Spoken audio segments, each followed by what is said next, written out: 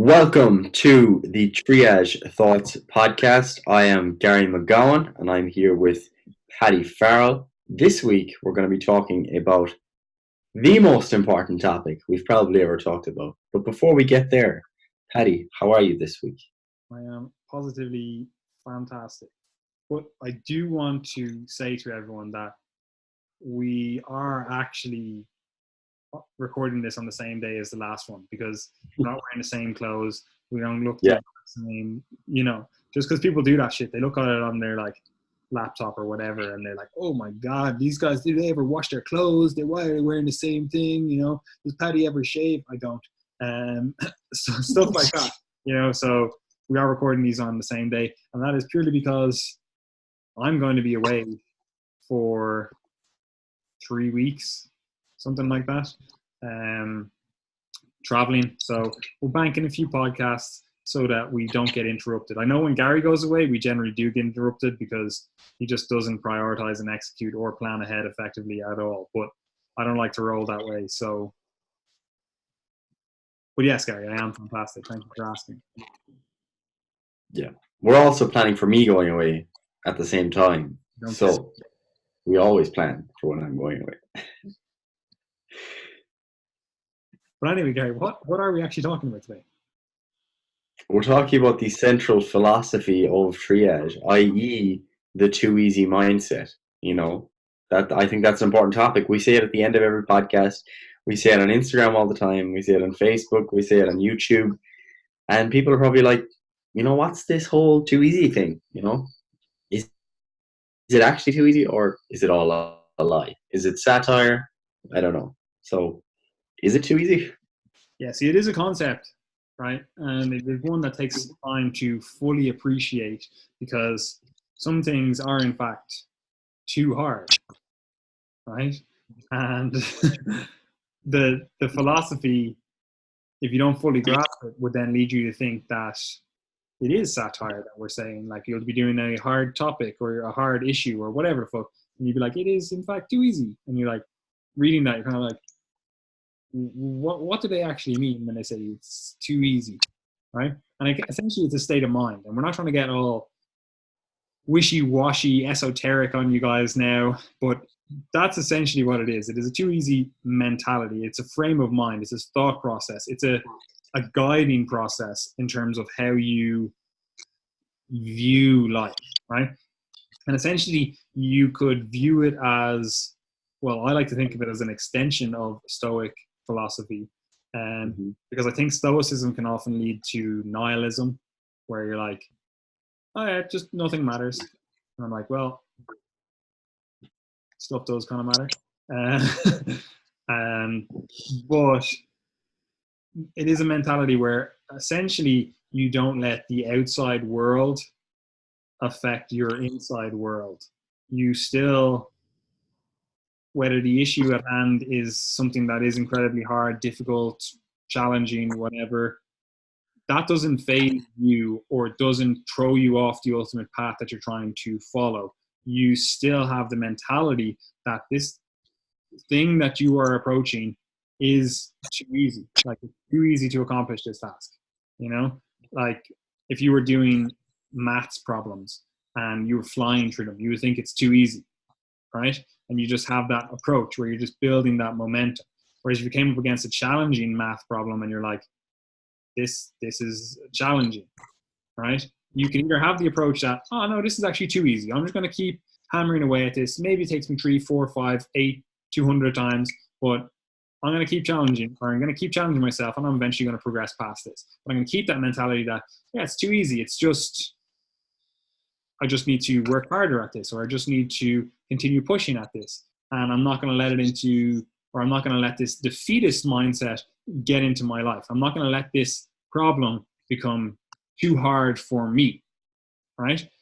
Or you realize that this issue is too hard for you, but you don't let that affect your too easy mentality, and you just look to engage with individuals or other people or whatever that can help you make the issue too easy, right?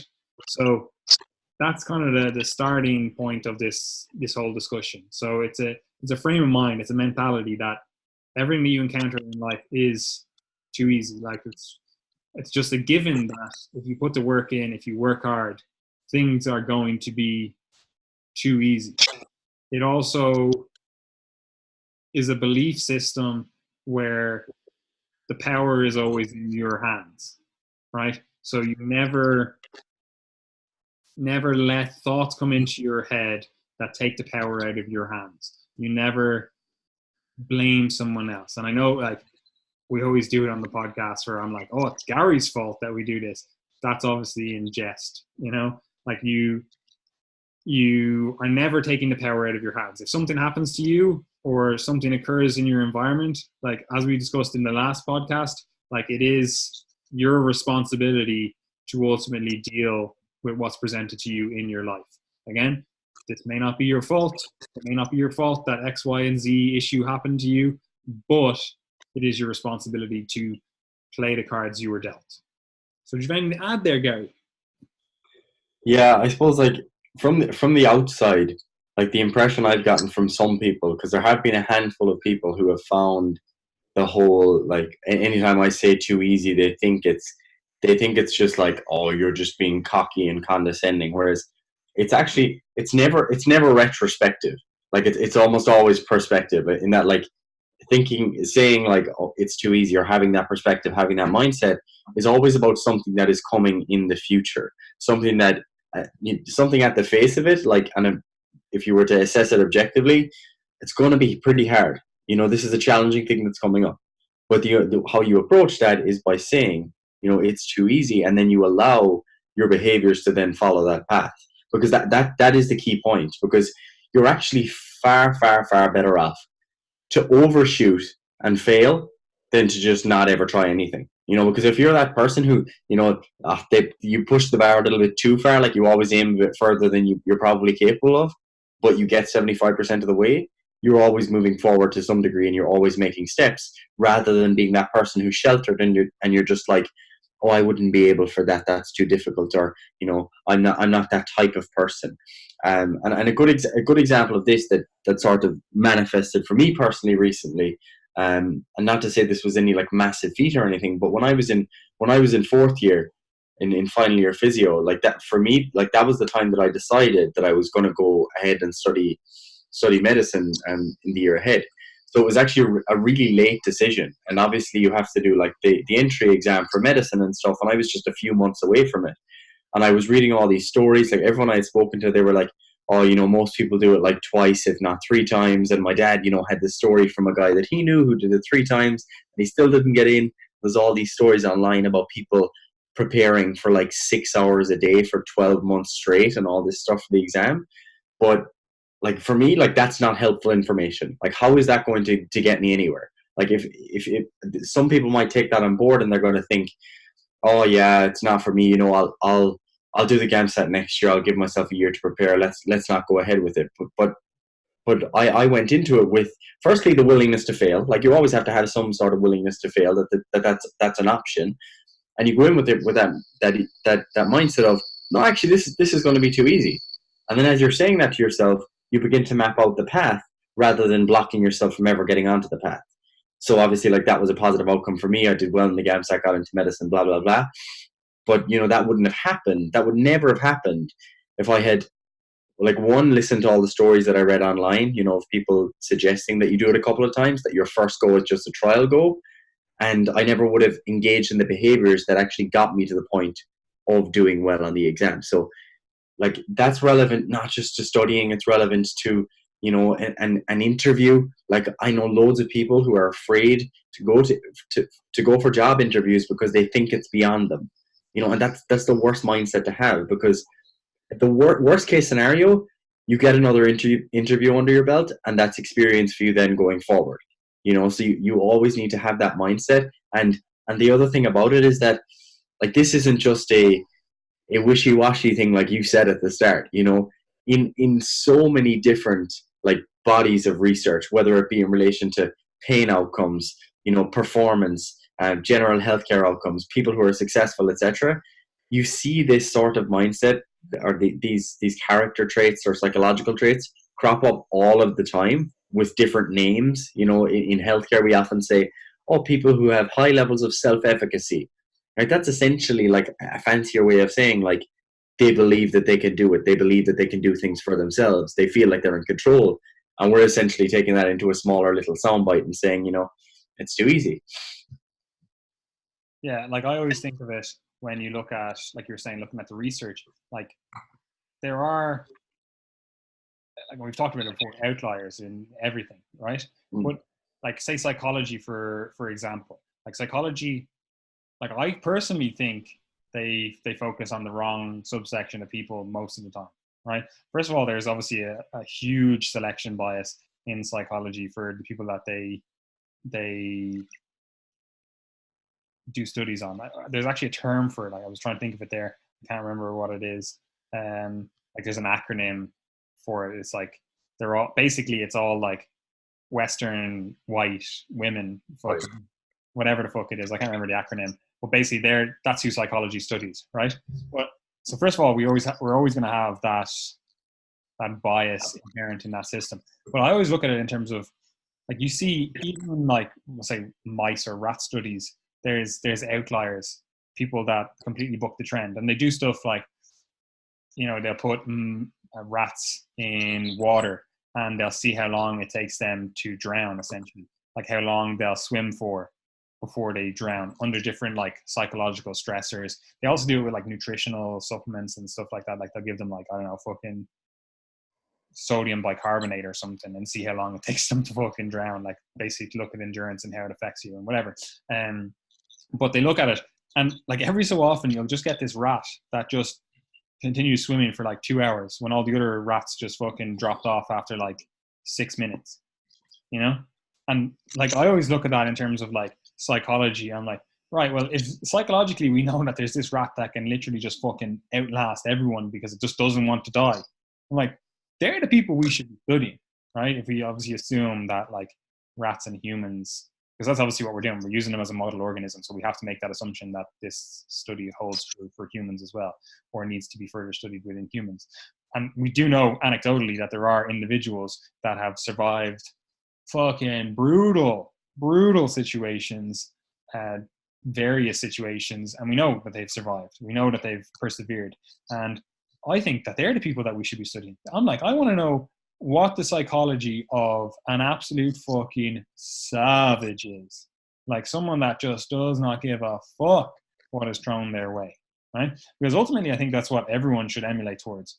Like if we had a society of everyone just being complete ruthless savages towards their goal, like society would improve itself pretty quickly.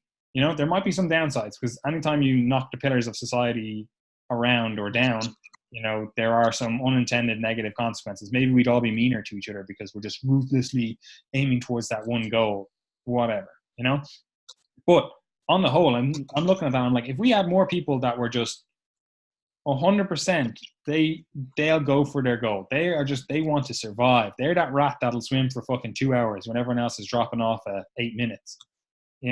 So for me, that's what that kind of too easy mentality is embodying. That kind of mentality of in the research that you see of these people that will just push through the barrier. Because I always think of it as well, like if we do this like kind of reductionist view and we kind of separate the brain and the body, right?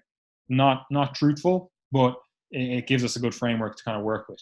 Like when you're we'll say a beginner to everything, life, training, and whatever, there's a point where the mind will quit before the body, right? You see this in beginners where, especially in the reps in reserve research, where you'll see like someone who thinks, their brain thinks, oh yeah, that's 2 reps in reserve. And you'll see in the research, they get like fucking 12 extra reps, when you really push them to actual failure, right? So the mind is telling the body that, oh yeah, Jesus, no, cut it off here, right? So at the beginning, like that's very much the case. And some people never get past that, where they never actually truly challenge their body. But the body only has a finite capacity for growth, right? There is, well, I'm not gonna say the brain doesn't, but we'll get to that. The body has a finite capacity for this growth, this ability to handle stressors, right? But the mind has a much bigger capacity. And you'll see this especially in endurance events where people's bodies are literally just completely quitting on them. They have like rhabdomyolysis, they have fucking completely shattered like fucking tibias, their feet are in bits, their muscles are all fucking pulled, strained, whatever the fuck, and their mind just won't let them quit. They're just like, no, I have to finish this fucking 100-mile race in the middle of the desert. I just have to. Like that's like I'm gonna keep pushing through, even though my body has given up on me. You know, so the mind has that greater capacity to push further, right? And again, like I'm hesitant to say it's finite because like I don't know that. You know, maybe it is a fact that like the brain can, this mentality, your body's capacity to just fucking handle whatever the fuck is thrown at it. Maybe it's infinite. Maybe like people who believe that, you know, the mind created reality, maybe they're fucking right. I don't know, you know, but what we do know is that the mind, your mindset, that whole mentality, there is a huge potential to grow it, right? Far beyond what your body is able to handle, you know? So I just look at it, your whole overall lifestyle, your whole overall approach to life, like it should be looking for growth in whatever areas you can find that growth. Like you want to become the best human that you can become, you know? And ultimately, I think that means you become the most resilient human that you can become. Like, as we've said before, like you should be, or at least should be aiming to be, the most dependable human in the room. You know, like if things go south, you want to be someone that is dependable in that situation. You don't want to be the one that fucking is a big stress head that just completely folds under pressure and causes everyone to be fucking killed because you went fucking crazy with the stress and you just fucking, I don't know, blocked the exit because whatever, you know? Like you don't want to be that individual. You want to be the individual that gets control of the situation, gets everyone to form an orderly queue and down the fire escape out, you know? Like that, you want to be the dependable individual, you know? So that means that you want to have both the physical capacity to be that dependable individual, but also the mental capacity to be that dependable individual, you know? And that involves challenging yourself, pushing yourself towards growth. And I think that's kind of also what's embodied, like you said, it is perspective. It's not like retrospective. Like it is a mentality of, it's a growth mindset, I suppose you'd call it, people like to call it these days, where it's like, these challenges that I'm facing, I'm going to come into this with the mentality that this is too easy. It's too easy to accomplish this. It's not even a challenge to me. Like, yes, it is a challenging situation, but ultimately all that's going to happen to me is I'm going to grow from this. You know, I'm going to push forward with that growth, you know? So again, that's mental, physical, all of that good stuff, you know? So to me, that's what I kind of take from it, where it's like, it's a growth mindset that the challenges you're going to face, they're not going to ultimately disrupt who you are as a person, because what you're using these challenges for or to do is to ultimately better yourself, you know? And bettering yourself should be too easy, you know? Yeah, and like I think we often fail sometimes to take the lessons that we do learn from the gym and apply them to real life. As in, you know, you can only grow through exposure, and there are so many soft areas of people's lives that they just don't even like consider. You know, like a very simple one is your ability to like converse with someone. You know, like that's a very simple thing, but you know, especially like in a circle or at a party or whatever, all of those things are things that you can improve and that you improve through graded exposure, much like you improve your ability to bench press, you know. And if you're like, it's obviously like a fairly silly example, but if you have the opportunity, let's say, to, I don't know, meet up with someone new. Let's say you talk to them on the internet, but you've never met them in real life. You're real shy, and you're like, oh God, I don't want to do that. And you're trying to think of excuses. You could still apply that too easy mindset and be like, yeah, no, it's going to be too easy, because all that can come out of that are positive outcomes. Like realistically, you're not going to run up to the person and punch them in the face. It's not going to be that bad. You know, you might feel a little bit awkward. You might struggle to make conversation or whatever, but things are only going to get better. You know, you can only get better from there. And that goes for like every soft skill in your life, whether it be speaking to your lecturers or being more assertive. I think that's a really good example of like just like asking for things when you want them, because very few people are actually like willing to ask. You know, I spoke about an airport example already, but a few weeks ago we were in Athens airport, me and Laura, and we basically weren't going to make our flight if we were not able to skip the whole queue of hundreds of people. And, you know, I was like to Laura, I was like, yeah, we should ask you, man, you know, if we can just skip the queue because we need to. There's another aisle up there. We can probably go through it if we ask. And she was like, oh no, I don't, you know, I don't want to ask, or, you know, no, they won't let us. And it's like what's the worst that can happen? He's going to say no. So I went up and asked him, and he said, oh yeah, go ahead, get your flight. And we got our flight, saved us a few €100, got there on time, boom.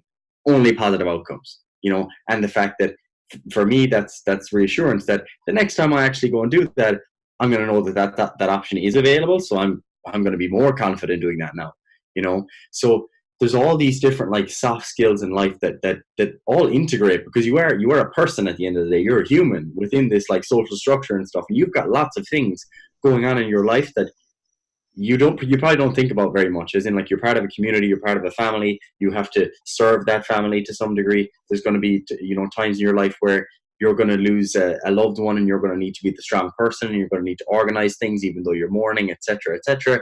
So there's all these skills that we don't think about, and having that kind of too easy mindset, or that growth mindset, if you will, is going to help you to get better at pretty much like everything. So to me, like there's no alternative. Like I don't understand the victim mindset and the desire to complain about everything. Like it just doesn't make sense to me, because I'm like do you hate yourself? Like do you want your life to continue getting worse and to never get better, and to just feel sorry for yourself? Like, you know, you understand why some people end up in that position, but to advise and to comfort that mindset, and to foster it by allowing people to complain and allowing them to wallow in self-pity, like it's just not for me. I think that's reasonable. Yeah, and like you see this like have played itself out in the psychology research. And like I give a lot of stick to the psychology research because basically it's fake science. Well, they have a reproducibility crisis where it's like only 40% of it can be reproduced. Like that's not science. That's like if 60% of research is not reproducible. Huh? I think it might even be less, but I'm not sure. But yeah, like if all the papers. Yeah, if a large portion of your research just can't be reproduced, I'm like, that you can't call that science. Like that's one of the fundamental tenets of science, that I can do an experiment in my lab, and then you can do the same experiment under your lab conditions and get the same result. You know, if we can do that, okay, we can be pretty assured that there's something going on here. You know, maybe we don't have the final details worked out, but we know that this is a scientifically valid experiment, right? Or conclusion, or whatever the fuck, you know? But if you can't reproduce it, you know, I'm questioning the validity of that science. Again, like with most things, that doesn't mean you throw the baby out with the bathwater. That doesn't mean that you just go, oh, everything is stupid within that field, can't touch anything, right? It just means that you have to be more cautious when you do approach that field. You're just like, okay, well, I don't know if this is one of the whatever 6 in 10 papers that is fake.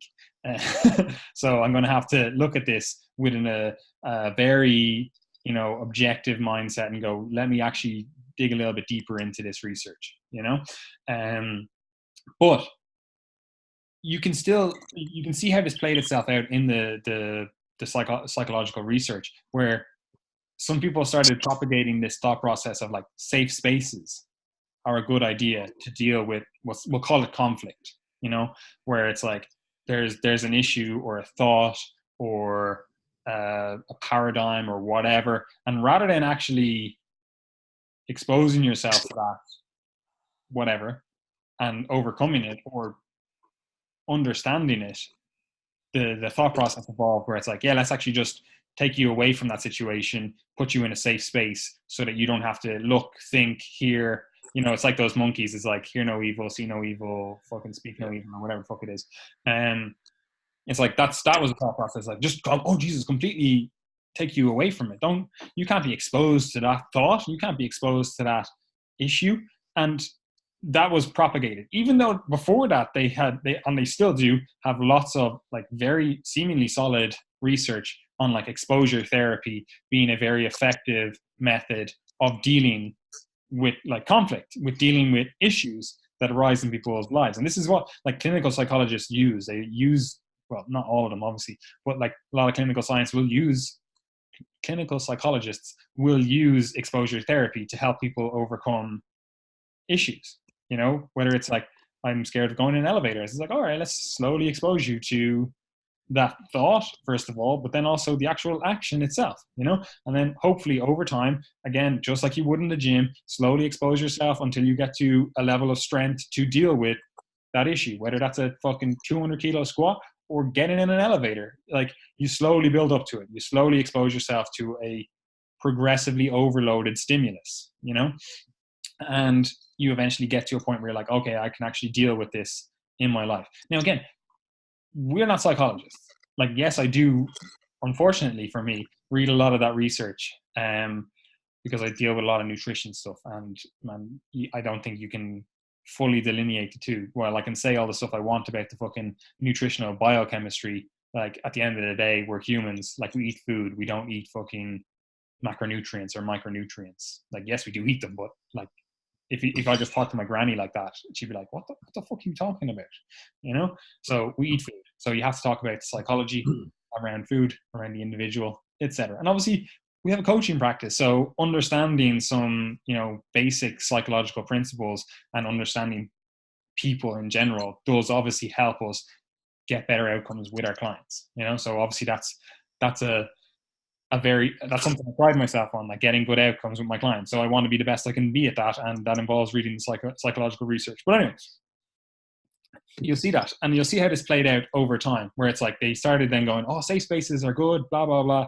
And now you're seeing the research kind of go like, yeah, no, that wasn't a good idea. No, all the people that we exposed to this idea of like safe spaces, it actually made them weaker, right? They were actually able to handle less stress, right? Because again, like this is how, like, we have an adaptive response paradigm in the human body. It's like you respond to a stimulus and adapt.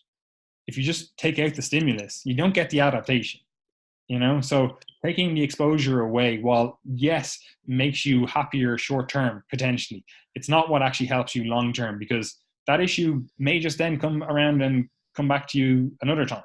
You may be exposed to that another time, so I would rather be able to deal with stuff because I've been exposed to it over time. And again, like this, it's not a pleasant process. Just like getting stronger in the gym generally isn't a pleasant process where you have to kind of push yourself to be getting stronger over time. Sometimes you're just going to be in the gym and be like, oh, look, I just don't want to add another fucking kilo to the bar. I just don't want to do an extra rep.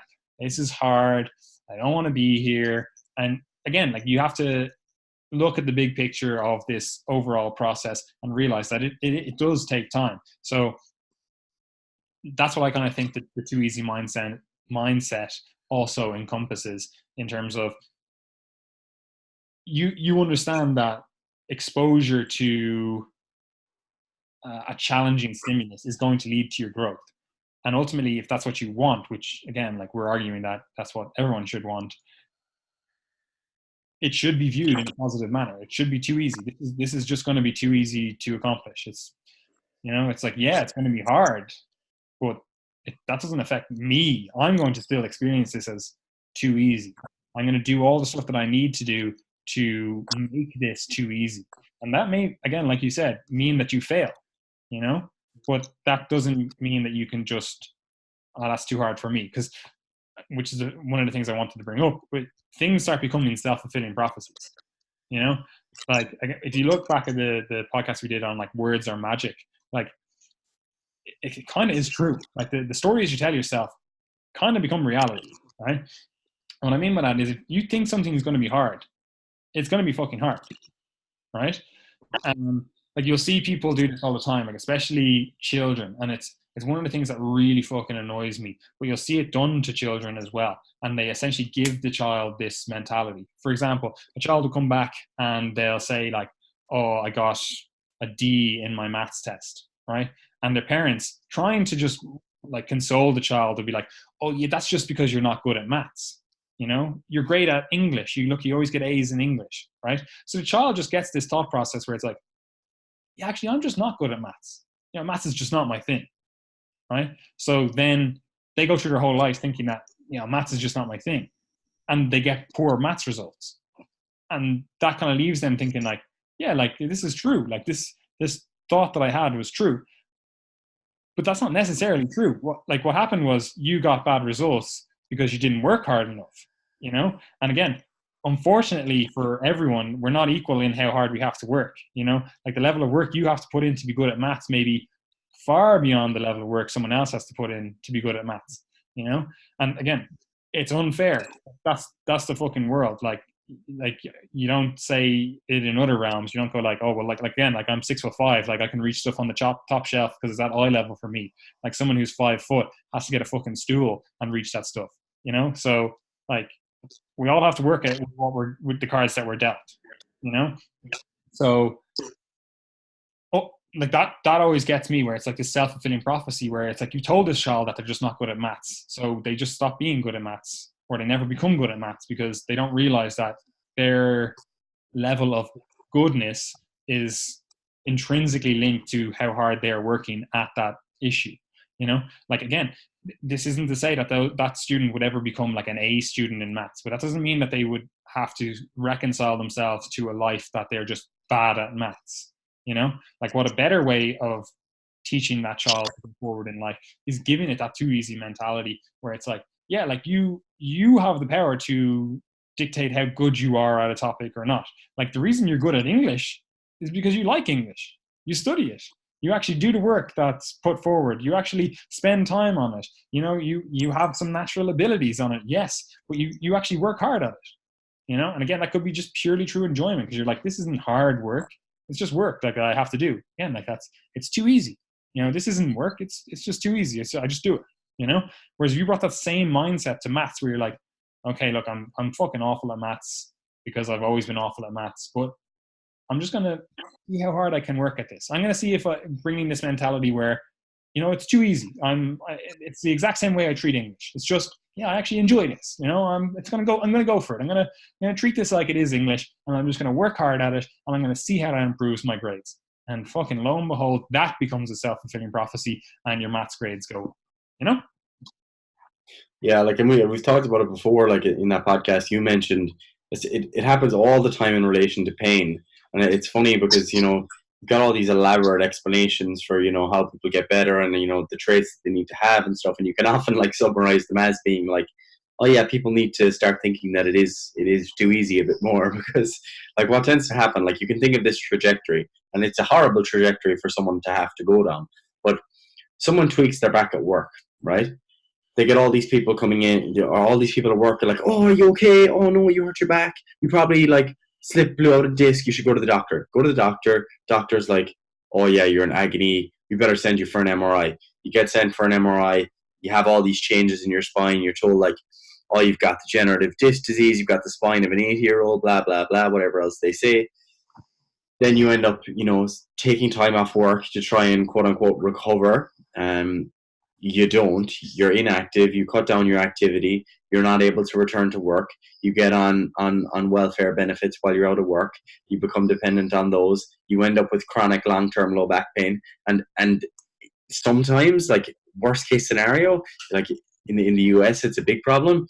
You end up on opioids, and then you've got an opioid addiction, and suddenly you're out in the streets like with heroin addicts. Like that's a genuine trajectory that has occurred with some people. Okay, it sounds extreme, but it's occurred with some people, and it all starts with that trigger of perceiving that initial back tweak to be a really threatening event and thinking, oh no, like this is a big problem, I need to get this sorted out. And obviously that can be beneficial at times. Like if you fractured your femur, you don't want to be like, it's too easy, I'm going to go squat. Like probably not going to work. But what you see in that case with those people who have chronic persistent low back pain long term, very disabled by it, the treatment protocol to try and get them back to baseline function tends to be that sort of like too easy mindset, or the delivery of that in some way by getting someone to do something that they're afraid to do, that they think is too challenging, that they think they're not going to be able to do. And then they do a small bit of it, and then they get a bit better, and then they get a bit better, and then they get a bit better, and they eventually return to their baseline level of function. But it's all a case of overstepping those psychological barriers that are, your fear of movement, the perceived threat of the experience of pain, etc. So this stuff, like it's not like we're just pulling it out of nowhere to, to just make a cute soundbite. It's like it's actually very relevant to a lot of areas of your life. Like you talked about studying, I talked about getting through an airport. We talked about pain, and obviously the gym, your career progression. It's relevant to a lot of things. So I basically see no other way out of this without at least trying to adopt some sort of mindset. Like you don't have to go around saying, "Oh, it's too easy." But personally, I actually find it helpful. I say it internally all the time, with lots of decisions that I make. Anything that you think is going to be like that, you get that little anxious feeling. You're like, "Oh God, I don't know about that." You just have to say it to yourself then, and then once you've done it, you're pretty much always glad. And I've got that report from a number of clients as well, and a couple of trainers in our Facebook group who said they actually do say it to themselves all the time, and it actually genuinely does help. So it is a case of One of my mates has a tattooed on his leg now. literally two people have it tattooed on them. Yeah, it's too easy. Yes. But this obviously, like most things, can be taken to extremes because, like Gary said there, like you can have this Yeah. thought process of it's too easy and be like, yeah, everything's just too fucking easy. And again, that can descend into that, we'll say, negative thought process because it becomes toxic, where you essentially have no grasp of reality. Like Gary was using that example of like you like fracture your femur or something, and it's like, oh, it's too easy. Oh, I'm just gonna fucking go balls to the wall. And this is especially true with all the stuff that surrounds pain, where it's like, it's really hard to give this generalized advice because there are nuances to this, and like your specific issue may be dealt with through whatever method that you actually have to go to a physiotherapist. You actually have to be on pain medication. You have to do these things, and that's how you ultimately overcome that, But to then, like, it goes both ways. It's like to then use that and to say, oh, that applies to everything. Or to then use our philosophy and say, oh, that applies to everything. Like both of those are wrong. It has to be this nuanced thought process, this nuanced like conversation. And there's a right place for all of these thought processes given the situation. Like again, like if you fracture your femur, just saying it's too easy and going in and squatting is like quite clearly stupid. Like it just like that just doesn't make sense. But again, you can be pushed down that mentality because you're like, oh, the lad said it's too easy. Exposure therapy, bruh. Like, I'm gonna fucking expose my fucking fractured femur to this squat. So that just doesn't lead to the outcome that you ultimately want. But again, it does still come into play when you do have to go through those situations where you do your femur. It's like, okay, maybe you do have to be on pain medication, you have to be immobilized, you have to be fucking brought through surgery, whatever the fuck it is. It's like that's fine. You use the thought process that's needed. Then you use that thought process that I actually need help right now. I need medical help. I need to be brought back to a certain level of function where I can start to adopt that too easy mindset, where I can start to think that, yes, okay, so I'm still keeping that too easy mindset in my mind where I'm like, yes, surgery is going to be too easy. Everything's going to be too easy. But as soon as I'm ready, I'm going to start exposing myself to the stimulus that is required for growth. And again, like I'm talking growth in terms of that could just be growth back to your previous function, So ultimately, that's how you have to look at this too easy mindset. It's like this can clearly get out of hand, where you just have this cocky, I'm a quote unquote alpha, where I just fucking do whatever the fuck I want because I am fucking alpha and it's just too easy, bruh. It's like that's not what you want. What you do want to have is a mindset that anything is possible, like anything is achievable if you work hard enough at it, right? And again, if you look at the last podcast we recorded as well, you have to realize that again, that doesn't mean that the time points line up with someone else's time points. You actually have to realize that yes, you have to work hard. Yes, it's going to take time, but you have to realize that that time input might be far longer for you than someone else.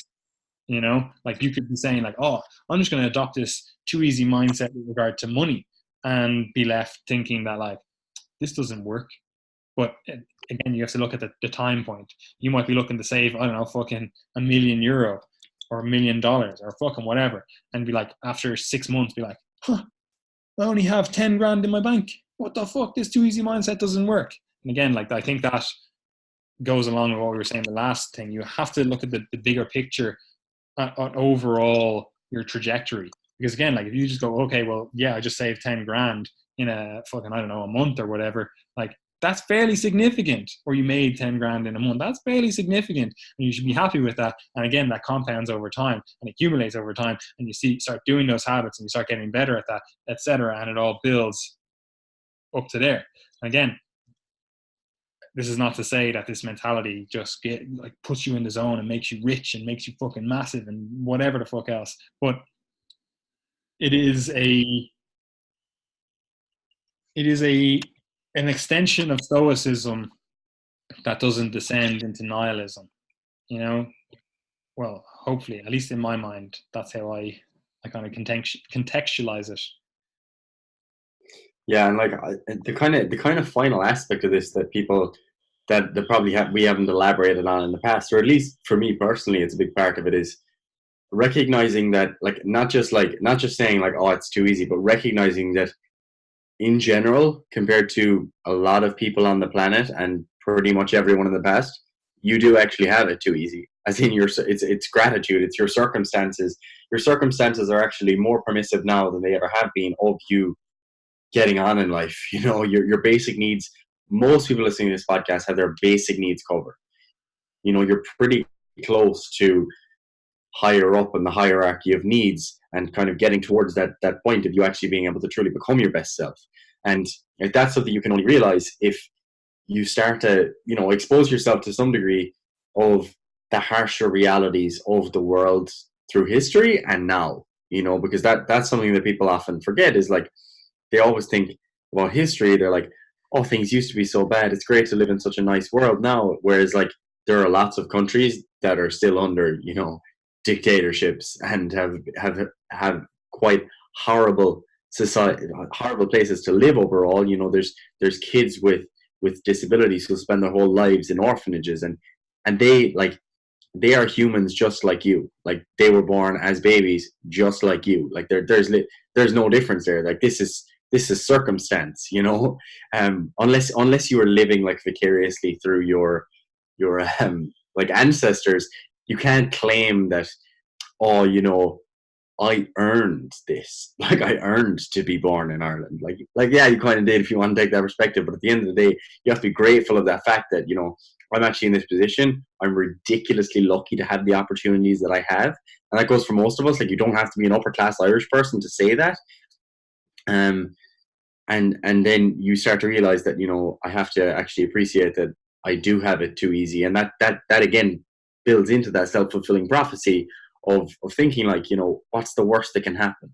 You know, your fallback is probably like, you probably have a home, you know, even if you've moved out of home, like you might have parents or relatives that you could drop back to if you really needed to. You know, you've got shelter there, you know, you've got money for food. We've got, you know, you've got some social welfare to fall back onto if you want. So like it's too easy going forward. You know, that is what it is. Yeah, like the barrier for excellent has been moved down so low. You know, like think about it again. Like you might have been the most intelligent fucking human being ever to walk the face of the earth, but because you were born into a feudal society and you were just a peasant farmer, you were fucked. Didn't matter. Like you had no ability to climb that social hierarchy, that fucking life hierarchy, whatever the fuck. Just think about right now. All you need to have to be potentially a billionaire, right? But at least a millionaire, is access to the internet, right? So if you live in a westernized country, Western world, or any country in the world that has access to the internet, like you could be earning millions, right?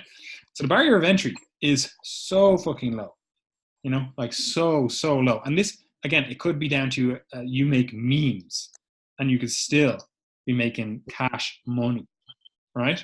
So the barrier of entry is so low. So to complain about it and think that it is too hard goes against the actual reality of the world. But not only that, it leads you down this pathway where you actually do find things too hard. Because again, like your brain does rewire itself. Like you are building, like they always say that, like what's it, neurons that fire together wire together.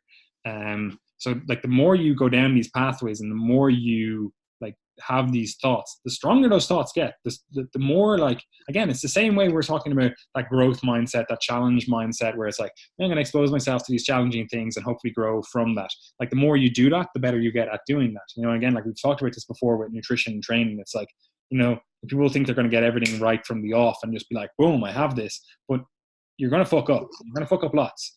And that is part of the process. You know, you have to continually push through that and realize that is part of the process. And over time, you will get better at it. And again, we've talked about this, especially in regard to nutrition, where people will be like, oh yeah, you don't need to track, you don't need to do whatever. And the reason they say that is because they've spent so long tracking and they understand nutrition. So it's the same thing with, like, if you have these positive thoughts, this too easy mindset, or these negative thoughts where it's like it's too hard mindset. You know, if you constantly think things are too hard, you're going to start seeing things that are too hard, and you're going to start believing things that are too hard. And again, it's going to become a self-fulfilling prophecy, because you're just like, yeah, I tried a little bit, didn't even put my best effort in, but, you know, it is what it is, you know, so see you later, you know? So I think that thought process of it being too hard in this day and age, there's nothing that is too hard to do. Again, especially if you live in, you know, a relatively prosperous country. Like, that doesn't mean, again, like, because whenever you start talking about this stuff, people automatically think you're talking about politics or fucking societal issues and fucking whatever else. But that does not, again, like we've said before, that does not mean that something that is completely not your fault is your fault. You know, it's still your responsibility, though. You still, you are the only one that can bring yourself out of the situation that you find yourself in.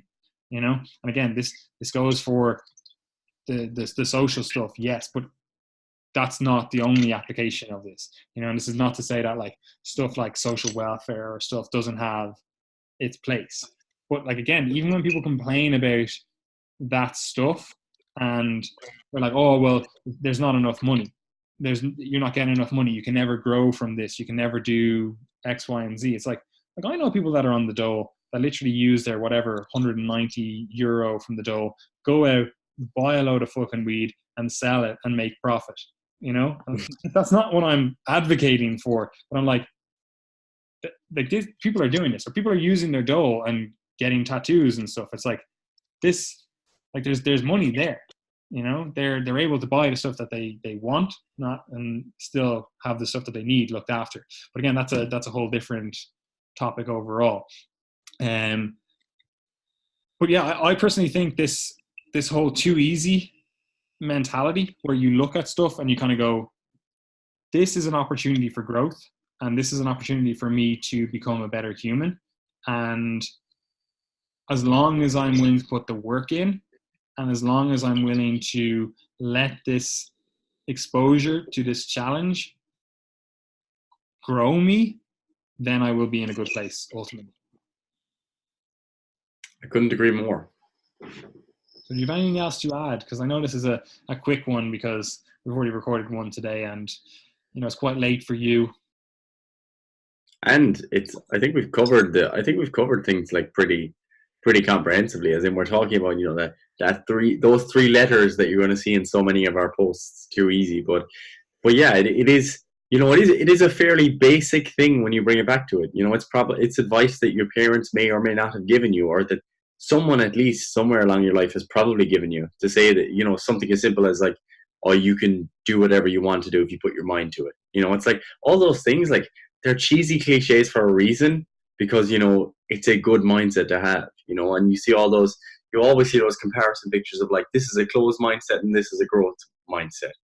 And, you know, they don't just exist for no reason. And while there are some things that you can't change, like you can obviously, to some degree, depending on how you believe in free will, etc., you can control, how you think about different situations and adjust your perspective, and hence adjust your actions thereafter. So yeah, I see no other option for someone who wants to become their best selves than to look at every situation and recognize that, or to approach it with that mindset of, it being too easy, to take responsibility of it, and not to complain or wallow in self-pity for your circumstances. Because I just don't think that that leads anywhere productive. It might make you feel like your situation is justified in the moment, but it doesn't change anything in your future, and that's ultimately what matters. Yeah, that's pretty good. I have nothing else to add except for, again, like, you can find more information on site, not necessarily about Too Easy Mindset, but maybe kind of, because we do obviously talk about applied nutrition and training and stuff, which, given that we both have this mindset, that's how you're going to see things discussed. We're not going to be like, oh, it's okay, just accept yourself at your 100 kg bench and you're done. You don't have to ever never get better. Yeah, like that's obviously not what we're going to propagate, So you can find us there. All the links are in the description. Again, we still have online coaching. Well, maybe we don't. I don't know. Maybe by now we've got them all fucking filled, because it's going to come out in like 2 weeks. Online coaching space is available. Ebook, hopefully, will have release already. One of the templates by now that we were discussing in the last podcast. Maybe we haven't. Maybe it'll be another week. Who the fuck knows? I'm probably going to be in Crater Lake right now. And I'll be in Belarus. Yeah. So yeah, that's where we'll be. I have nothing else to add except that it is in fact too easy.